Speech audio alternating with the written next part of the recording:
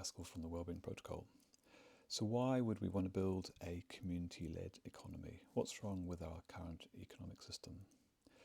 So capitalism is this system that surrounds us. It's the kind of the air we breathe, but it's fundamentally a system centered around individual capital accumulation, competition and private ownership.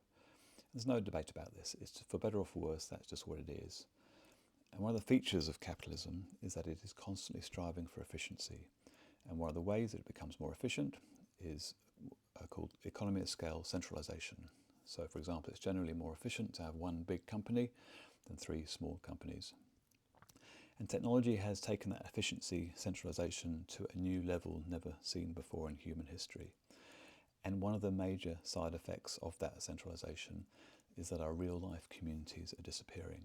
And this effect is described elegantly in this seminal book, The Third Pillar. Raghuram was the ex-head of the Indian Reserve Bank, ex-chief economist at the IMF. And he really describes it well. And the result of this decline in community is that as a society, we're becoming more reliant on big government, big organisations to look after our most vulnerable. The gap between the rich and the poor is increasing, and the organisations that we've put in place to support our most vulnerable, the social welfare agencies, the philanthropists, they're struggling to cope. But as a species, we're actually hardwired to live in small communities, hyperlocal groups, villages, tribes. In Western cultures, because it's now not the norm for this to happen, we've got a term for it. It's called localism. A focus on local communities, economies, governance or culture. It emphasises self-sufficiency, local decision-making and community-driven solutions. And in our hearts, we know that working on things we care about as a community, as a group, is good. And the reason that it's good is it builds up other forms of capital: social, intellectual, natural, experiential, cultural. These are the forms of capital that are actually good for our well-being, and the evidence is indisputable. In small groups, we're more motivated, we're more engaged, we care more. This is a wonderful quote from Nobel Prize-winning economist Elinor Ostrom. There's no reason to believe that bureaucrats and politicians, no matter how well-meaning, are better at solving problems than the people on the spot who have the strongest incentive to get the solution right. And there's really strong evidence that localism, community building, can have huge societal benefits. In 2018, the results of a 3-year public health experiment in Frome in southwest England were released. They invested in community building and localism, and the results were incredible. Hospital admissions for surrounding counties rose by 29% over that 3-year period, and Frome they fell by 17%, an astounding 46% difference. So imagine if we could create a new economy, an economy that ran alongside our existing economy. And in this new parallel economy, instead of being focused on individualism and private ownership, it was designed to support and incentivise localism and shared property ownership. So let's have a look at some of the potential participants in this new economy and their current problems. So let's first sort of stakeholder or participants in this economy, the hyperlocal community group. So this is a picture of Tan Ora and myself and some of the project team a couple of years ago. In New Zealand, Māori men's health presents a major challenge for the government. Māori men live on average 7.5 years less than non-Māori men. And this really reflects the deep systemic inequalities in healthcare access, prevention and treatment. This is Rangi. Rangi got a bunch of people in his community together and formed the Tāne Ora group a few years ago. But they found it really hard to get financial support. And we're not talking about big money here. They didn't know how to work the grant system. They didn't have the time or specialist skills. And they also came across this kind of cultural mismatch. In Māori, there's this sort of holistic wellbeing framework called Te Whārata Pawhā, which often didn't align with what the grant funders wanted to hear. But more fundamentally, they didn't want to beg. Nobody wants to beg. And even when they got grants, they faced additional challenges. Which bank account does it sit in?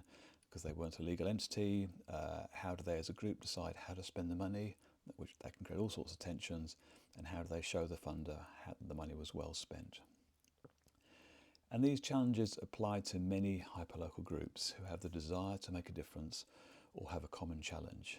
So it could be 12 people who want to create a community garden, or 100 tenants in a social housing complex who want to improve community health, or 100 parents associated with the school who are worried about child mental health issues.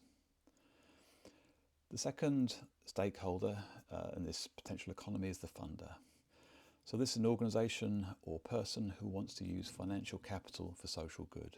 So it could be a philanthropist, government social welfare agency, or simply somebody just with some money. Meet Irina. She's an accomplished businesswoman, left the corporate world a few years ago to look after kids. She's involved in various community and school groups, but she also now works part-time in the grants committee and in a major philanthropic foundation. As a financially privileged community member, she feels this increasing tension and frustration about the luxury and the privilege she has compared to others. Whatever political party she supports, things seem to be getting worse. Her husband and herself give some money to charity, but neither of them feel a great connection or feel as though they're making a big difference with that money. And in the role in the philanthropic foundation, she's kind of frustrated by the complex and slow grant cycle. AI is now making it much worse for them because they're actually getting many more perfect responses. She finds it really hard to assess the relative impact of the millions of responses they get, and she also feels this tension about the power she has over people and their lives. Stakeholder 3. So these are the community development organisations or partners. This is just a handful of some of the wonderful organisations in the Wellington area. So these organisations sit between the funder and the community. This is Michelle. She was General Manager of Nuka Ora. So they're a Wellington-based charitable trust with the mission to promote physical activity as a means to enhance well-being of people and communities.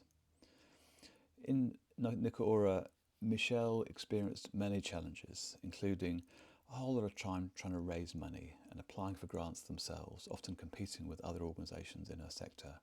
Lots of admin, limited visibility of where the money was going, a feeling of sort of disconnect from the community sometimes, and also this tension around power and governance. She felt she felt as though she had too much power over the people she was affecting, and she found it difficult to scale the effects and the benefits she was having in the community. So let's start to think about how these three stakeholders might interact in a wellbeing economy. So we have the funder funding doing good, the community doing good, and the partner with kind of two roles, supporting the community, but also providing proof of good to the funder. So imagine if we could create a really easy way for this hyperlocal community to allocate resources, to make decisions. So this would involve creating a kind of a mission statement, or we call it a constitution, that basically says, if we got money, this is how we would spend it. And they would publish that mission so that any funder in the country could see it. And imagine if we could give that group a really easy way to democratically, transparently and fairly govern their own treasury. And this would result in a stream of micro grants to individuals in that community. This is one of the things we built. This is an app, so this shows the interface of how that might work. So we can use sort of quite advanced voting technology and make it super easy and super fair to get decisions made.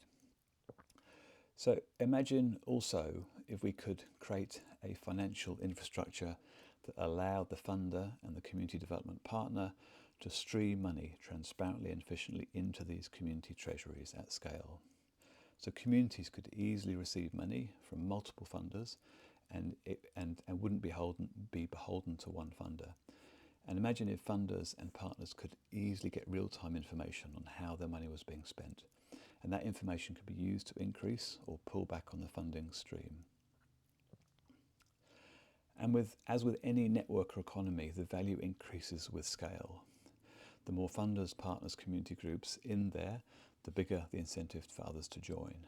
And so at scale, we see this looking more like a sort of two-sided marketplace. On the left-hand side, we have potentially millions of community groups doing good, and they can choose to publish their constitution, their impact data to the platform. and this data can be and this data is generated is hugely valuable to policymakers, governments and philanthropists.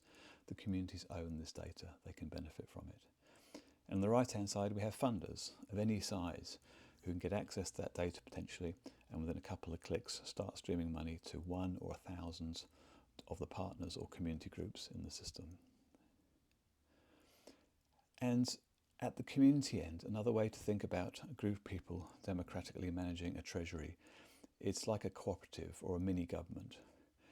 And once the community trusts the system, i.e. solve the trust and engagement problem, you can start to do all sorts of interesting things. You can start to build tools that support localism, savings pools, volunteer coordination tools, micro, small business endowments, community currencies. You can also start to build tools that amplify the collective voice of these communities to central government or corporations, for example. And these communities could start owning income-generating assets. The land the community garden is on, or the solar battery, for example, so that they could start to reduce their dependency on funders. So could this new economic system create a much stronger connection between funders and communities? Could it start to change the power imbalance between the haves and the have-nots? And could this start to bring back localism to our world?